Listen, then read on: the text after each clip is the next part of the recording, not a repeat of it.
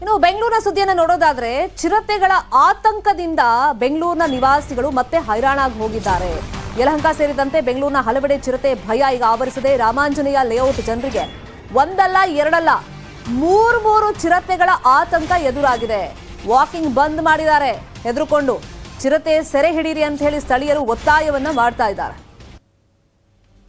ಈಗ ಮೂರು ಚಿರತೆಗಳ ಕಾಟದಿಂದಾಗಿ ಜನ ಭಯಭೀತರಾಗಿದ್ದಾರೆ. ಮನೆಯಿಂದ ಹೊರಗಡೆ ಬರೋದಕ್ಕೂ ಕೂಡ ಹೆದರ್ಕೊಳ್ಳುವಂತ ಪರಿಸ್ಥಿತಿ ನಿರ್ಮಾಣ ಆಗ್ಬಿಟ್ಟಿದೆ. 1 ವೀಕ್ ಹಿಂದೆಯಿಂದನೇ ಚಿರತೆ ಇದೆ ಅಂತ ಟಾಕ್ಸ್ ಇತ್ತು, ಬಟ್ ಯಾರು ಕೂಡ ಸೀರಿಯಸ್ ಆಗಿ ತಗೊಂಡಿರ್ಲಿಲ್ಲ. ಇಮಿಡಿಯೇಟ್ ಆಗಿ ಆಸ್ ಯೂಶುವಲ್ ವಾಕಿಂಗ್ ಬರೋ ತರ ವಾಕ್ ಮಾಡೋಕ್ಕೆ ಅಂಕಲ್ ಒಬ್ರು ಬಂದ್ರು. ಸೊ ಅವ್ರು ಯಾವಾಗ ಜೋರಾಗಿ ಕಿರ್ಚಾಡೋದಕ್ಕೆ ಸ್ಟಾರ್ಟ್ ಮಾಡ್ಲಿ, ನಾವು ಏನಾಗಿದ್ಯೋ ಅಂತ ಆಚೆ ಬಂದು ನೋಡಿದ್ವಿ. ಅಷ್ಟ್ರಲ್ಲಿ ಚಿರತೆ ಓಡೋಗಿತ್ತು, ಬಟ್ ಅವ್ರು ಪ್ಯಾನಿಕ್ ಆಗಿ ವಾಪಸ್ ಹೋದ್ರು. ಸೊ ಆ ಟೈಮ್ ಮತ್ತೆ CCTV ಫುಟೇಜ್ ಚೆಕ್ ಮಾಡಿದ್ವಿ. ಚೆಕ್ ಮಾಡಿದಾಗ ಅದು ಚಿರತೆ ಅಂತ ಕನ್ಫರ್ಮ್ ಆಯ್ತು. ಇಮಿಡಿಯೇಟ್ ಆಗಿ ಫಾರೆಸ್ಟ್ ಡಿಪಾರ್ಟ್ಮೆಂಟ್ಗೆ ನಾವು ಇನ್ಫಾರ್ಮ್ ಮಾಡಿದ್ವಿ. ಅವರು ಬಂದು ಬೋನ್ ಇಟ್ಟಿದ್ದಾರೆ. ನಾಯಿಗಳ ಮೇಲೆ ಅಟ್ಯಾಕ್ ಮಾಡಿದೆ, ಮತ್ತೆ ಒಂದು ದೊಡ್ಡ ಕರುನ ತಿಂದಾಕ್ಬಿಟ್ಟಿದೆ ಪೂರ್ತಿ. ಎಲ್ರಿಗೂ ಭಯ ಆಗ್ತಾ ಇದೆ, ತುಂಬಾ ಭಯ ಆಗ್ತಾ ಇದೆ. ನಾವು ಬೆಳಗ್ಗೆ ಒಂದು 5:30 ಆಗಿ ಹೋಗ್ತಾ ಇದ್ವಿ ವಾಕು.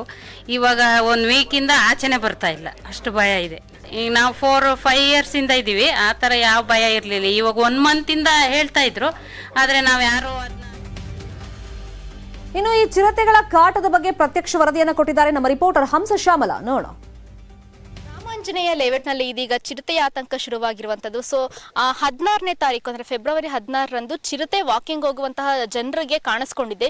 ಹೀಗಾಗಿ ಇಲ್ಲಿನ ಸ್ಥಳೀಯರು ತುಂಬಾನೇ ಆತಂಕಗೊಳಗಾಗಿದ್ದಾರೆ. ಸೊ ಈ ಹಿನ್ನೆಲೆಯಲ್ಲಿ ಅರಣ್ಯ ಇಲಾಖೆಯಿಂದ ಇಲ್ಲಿ ಈಗ ಬೋನ್ ಅನ್ನ ಇಟ್ಟಿದ್ದಾರೆ. ಸೊ ಇಲ್ಲಿ ಆ ಬೋನ್ ಅನ್ನ ಇಟ್ಟು ಚಿರತೆ ಯಾವಾಗ ಬರುತ್ತೆ ಅಂತ ವೇಟ್ ಮಾಡ್ತಿದ್ದಾರೆ. ಸೊ ಒಂದು ಮೇಕೆಯನ್ನು ಕೂಡ ಕಟ್ಟಿರುವಂತದ್ದು. ಸೊ ಇಲ್ಲಿ ಈಗ ಜನರಿಗೆ ಮನೆಯಿಂದ ಹೊರಗಡೆ ಬರೋದಕ್ಕೂ ಕೂಡ ತುಂಬಾನೇ ಭಯ ಆಗ್ತಿದೆ. ಸುಮಾರು 1 ತಿಂಗಳಿನಿಂದಲೂ ಕೂಡ ಇಲ್ಲಿ ಚಿರತೆ ಓಡಾಡ್ತಿದೆ. ಸೊ ಅದ್ರ ಜೊತೆಗೆ ಮರಿಗಳು ಕೂಡ ಇದಾವೆ ಅಂತ ಇಲ್ಲಿ ಸ್ಥಳೀಯರು ಹೇಳ್ತಿದ್ದಾರೆ. ಹಾಗಾದ್ರೆ ನಿಜವಾಗ್ಲೂ ಇಲ್ಲಿ ಚಿರತೆ ಈ ಒಂದು ಬೋನ್ಗೆ ಬೀಳ್ತಾ, ಯಾಕಂತ ಹೇಳಿದ್ರೆ ನಾವು ಈ ಹಿಂದೆನೂ ಕೂಡ ಬೆಂಗಳೂರಿನ ಬೇರೆ ಬೇರೆ ಕಡೆಗಳಲ್ಲಿ ಚಿರತೆ ಕಾಣಿಸ್ಕೊಂಡಿತ್ತು. ಸೊ ಅದನ್ನ ಹಿಡಿಯೋದಕ್ಕೆ ಬೋನನ್ನು ಕೂಡ ಇಟ್ಟಿದ್ದು, ಆದ್ರೆ ಎಲ್ಲೂ ಕೂಡ ಚಿರತೆ ಸಿಕ್ಕಿಲ್ಲ. ಸೊ ಇಲ್ಲಾದ್ರೂ ಚಿರತೆ ಸಿಗುತ್ತಾ ಅನ್ನುವಂತ ನೋಡ್ಬೇಕಾಗಿದೆ. ಇಲ್ಲಿ ಸ್ಥಳೀಯರು ಕೂಡ ಇದ್ದಾರೆ, ಅವ್ರನ್ನ ನಾನು ಮಾತನಾಡಿಸ್ತೀನಿ. ಅವ್ರು ಏನು ಹೇಳ್ತಾರೆ ಅಂದ್ರೆ, ಇವರು ಪ್ರಮುಖವಾಗಿ ಅವತ್ತು ಚಿರತೆಯನ್ನ ನೋಡಿದವರು ಬೆಳಗ್ಗೆ ವಾಕಿಂಗ್ ಬಂದಂತಹ ಸಂದರ್ಭದಲ್ಲಿ. ಸೊ ಇವ್ರು ಏನ್ ಹೇಳ್ತಾರೆ ಅಂತ ಕೇಳೋಣ. ಸರ್, ನಿಮ್ಗೆ ಚಿರತೆ ಹೇಗೆ ಕಾಣಿಸ್ಕೊಳ್ತು ಬೆಳಗ್ಗೆ? ನಾವು 5-6 ಗಂಟೆಯಲ್ಲಿ ಬಂದಿದ್ದು. 6 ಗಂಟೆ ಬರ್ತಾ ಇಲ್ಲಿ ಮದೇವಪ್ಪ ಮನೆ ಹತ್ರ 2 ಚಿತ್ತೆ ಬಂತು. 2 ಚಿತ್ತೆ ಬಂದಿದ್ದು ಇನ್ನೊಬ್ಬ ಬಂದ್ಬಿಟ್ಟು ಅವನು ಅಲ್ಲೇ ನಿಲ್ಲು ಹಣ ಬರಬೇಡ ಅಂತು. ಆಮೇಲೆ ಹಂಗೆ ಬಂತು. ಅವನು ಕಲ್ಲು ತಗೊಂಡು ಬೀಸ್ದ, ಅವಾಗ ಜಂಪ್ ಮಾಡಿ ಓಡುವುದು. ಈ ಹಿಂದೆ ಕಾಣಿಸ್ಕೊಂಡಿತ್ತ ಸರ್ ಚಿರತೆ? ನಾವು ಅದೇ ಫಸ್ಟ್ ನೋಡಿದ್ದವನ್ನ. ಹಿಂದೆ ಐತೆ ಅಂತ ಹೇಳ್ತಾ ಇದ್ರು, ಕಣ್ಣಾಗಿ ನೋಡಿದ್ದು ಅವತ್ತೇನೆ. ಈಗ ನೀವು ಫಾರೆಸ್ಟ್ ಆಫೀಸರ್ಸ್ಗೆ ಹೇಳಿದ್ರ? ಅವರು ಬಂದು ಬೋನ್ ಇಟ್ಟಿದ್ದಾರೆ. ನಿನ್ನೆ ಬಂದು ಇಟ್ಟರು. ಬೆಳಿಗ್ಗೆ ಬಂದ್ಬಿಟ್ಟು ಮೇವೆಲ್ಲ ಹಾಕಿ ಹೋಗಿದ್ದಾರೆ ಮೇಕೆಗೆ. ಅಷ್ಟು ಮಾಡಿದ್ದಾರೆ ಅಷ್ಟೇ. ಸರ್, ಈಗ ಹೇಳಿ, ಈಗ ನಿಮ್ಗೆ ಇಲ್ಲಿ ಚಿರತೆ ಕಾಣಿಸ್ಕೊಂಡಿರೋದ್ರಿಂದ ಎಷ್ಟು ಭಯ ಆಗ್ತಿದೆ? ಇಲ್ಲಿ ಚಿರತೆ ಕಾಣಿಸ್ಕೊಂಡಿರೋದ್ರಿಂದ ತುಂಬಾ ಭಯ ಆಗುತ್ತೆ. ಇಲ್ಲಿ ಸುಮಾರು ಒಂದು 58 ಮನೆ ಇದೆ. ಊರಾಗೆಲ್ಲ ಜಾಸ್ತಿ ಮನೆ ಇದೆ. ಲೇಔಟ್ ಒಳಗೆ ಒಂದು 58 ಮನೆ ಇದೆ. ಸುಮಾರು 400 ಜನ ಇದ್ದಾರೆ. ವಾಕಿಂಗ್ ಡೈಲಿ ಸುಮಾರು ಹೆಣ್ಣು ಮಕ್ಕಳು ಎಲ್ಲ ಸುಮಾರು 5ವರೆಗೇನೆ 150 ಜನ 200 ಜನ ವಾಕಿಂಗ್ ಬರೋರು.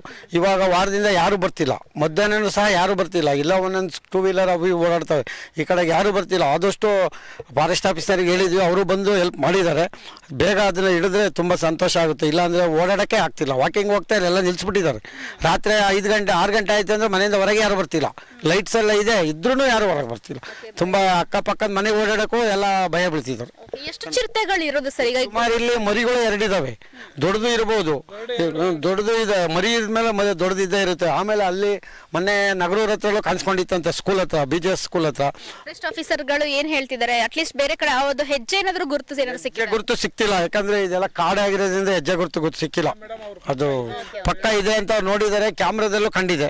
ಇದಿಷ್ಟು ಸ್ಥಳೀಯರು ಹೇಳುವಂತಹ ಮಾತುಗಳು. ಹಂಸ ಶ್ಯಾಮಲ, ನ್ಯೂಸ್ 18 ಕನ್ನಡ, ಬೆಂಗಳೂರು.